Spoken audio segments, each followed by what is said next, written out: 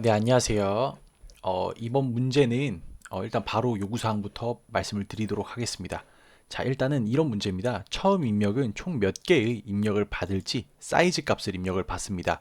두 번째 입력부터는 그 사이즈만큼 돌면서 이제 나이 값을 입력을 받게 됩니다. 예를 들어서 입력이 10이 들어왔고 처음 값이 10이 들어왔으면은 총 10개의 나이 값을 받겠다라는 의미고, 첫 번째부터 이렇게 쭉 나이를 입력을 받는데 13, 45, 23, 87, 25, 54, 55, 12, 21, 16 이렇게 76 이렇게 10개의 값을 입력을 받습니다. 첫 번째 줄, 두 번째 줄 입력이 되겠죠. 자, 그리고 이렇게 입력을 받고, 그리고 이 중에서 나이 차이가 가장 많이 나는 경우 몇 살 차이가 나는지 출력하는 프로그램을 작성하면 됩니다. 즉 현재 입력한 것 중에서 가장 작은 나이는 12살 12살이고 가장 많은 나이는 87세이므로 87-12 하면은 75라는 값이 출력되게 하는 그런 프로그램입니다. 그러면은 이걸 한번 이대로 실행을 해 보도록 하겠습니다. 자, 일단 여기 10을 입력을 하죠.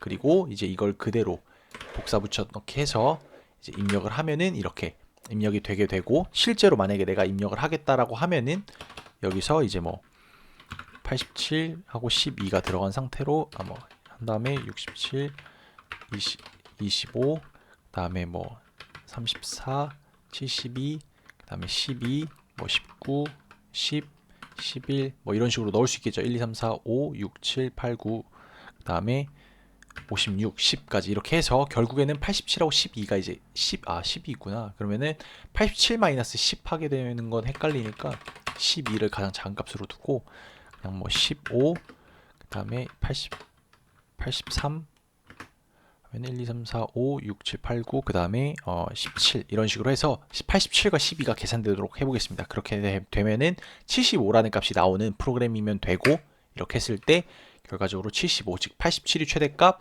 12가 최소값 해서 이 둘의 차는 75다.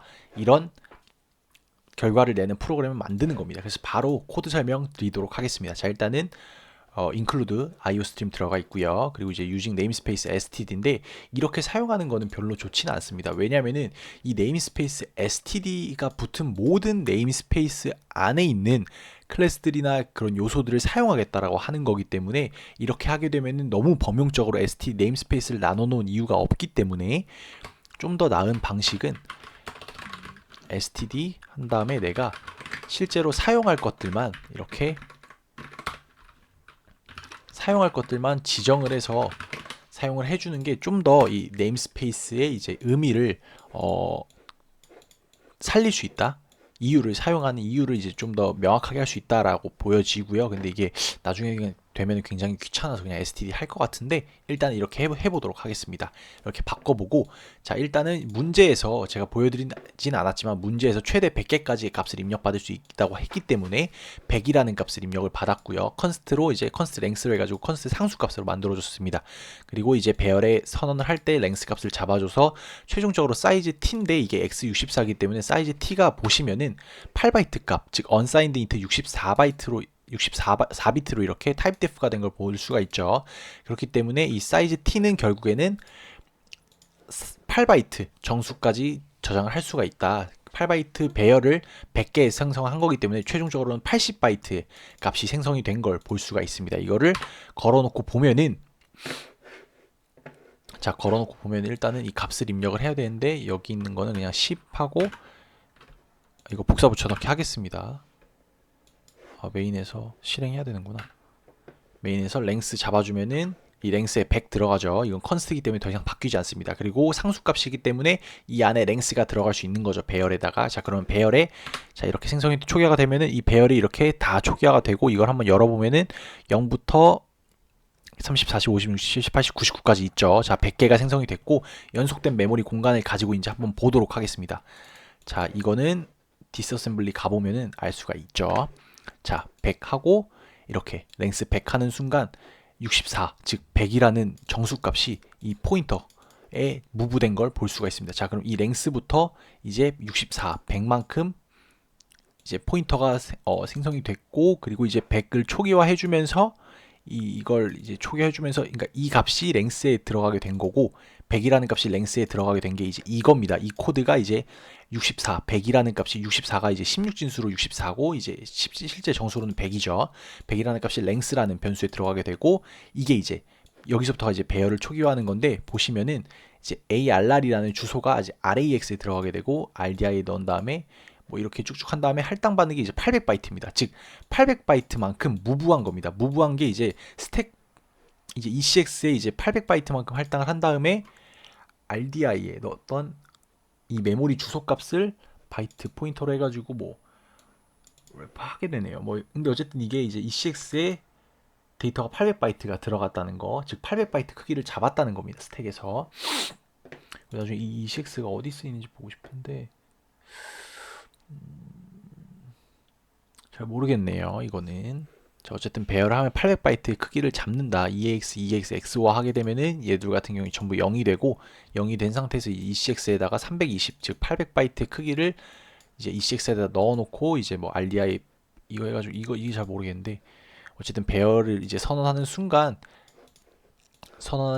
이제 이게 되게 되고 사이즈 T 같은 경우에는 그냥 이제 뭐 메모리 할당하는 것도 없네요. 코드가 여기서 바로 이제 이렇게 씬을 이용해 사용을 하다 보니까 그냥 어떻게 생략을 했나 봅니다.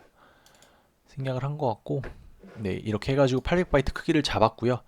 이게 800바이트죠. 왜냐면은 사이즈 T가 언사인드 T 64바이트고 그리고 이제 800바이트 크기니까 자 그렇게 되면 일단은 이렇게 된 다음에 씬에다가 입력을 받은 다음에 포문을 돕니다. 배열 입력받는 과정이죠. 포문을 돌게 되면은 이제 i의 씬에 있는 값이 이제 i에 들어가게 되고 최종적으로 만약에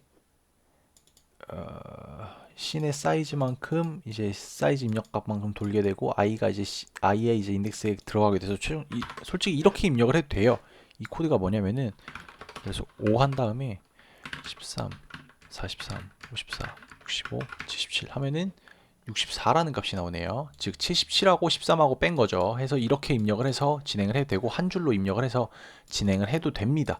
얘가 알아서 이제 공백이 있으면 한 칸 한 칸씩 띄워서 저장을 하기 때문에 그렇게 되는 거고 자 민 맥스 값을 0으로 잡아줍니다. 왜냐하면 민 맥스를 한 번에 n만큼 그냥 배열의 요소 크기만큼 돌아가지고 포문을 돌려가지고 효율적으로 좀 처리를 하기 위해서 민맥스 값을 일단 0으로 공통되게 잡아줍니다. 자 그렇게 되면 이렇게 되면 어떻게 되냐 봤을 때 자 브레이크 포인트 걸고 일단은 여기다가 10 한 다음에 또 10이네. 자 이렇게 하게 되면은 여기서부터 이제 보여드리도록 하겠습니다. 이렇게 하게 되면은 자 이쪽으로 들어오게 되죠. 자 첫 번째 사이즈 1입니다. 이미 민맥스 값은 여기서 보시면은 13, 13으로 초기화가 되어 있어요. 왜냐하면 여기 첫 번째 값이 13이죠. 첫 번째 배열의 ARR의 첫 번째 값이 13입니다. 이렇게 보면은 이렇게 13인 거 보이죠? 13입니다. 0번째 값이 13이고 자 그렇기 때문에 13이란 값이 들어왔어요. 민이 13이에요. 그리고 여기가 i가 1이잖아요. 1번이면 뭐다? 45다. 자 45다. 그러면 45가 13보다 작나요? 아니죠. 자 그러면은 이쪽으로 들어올 겁니다. 이쪽 타고 들어와서 여기가 false네. 들어오면은 여기가 이 값이 뭐다?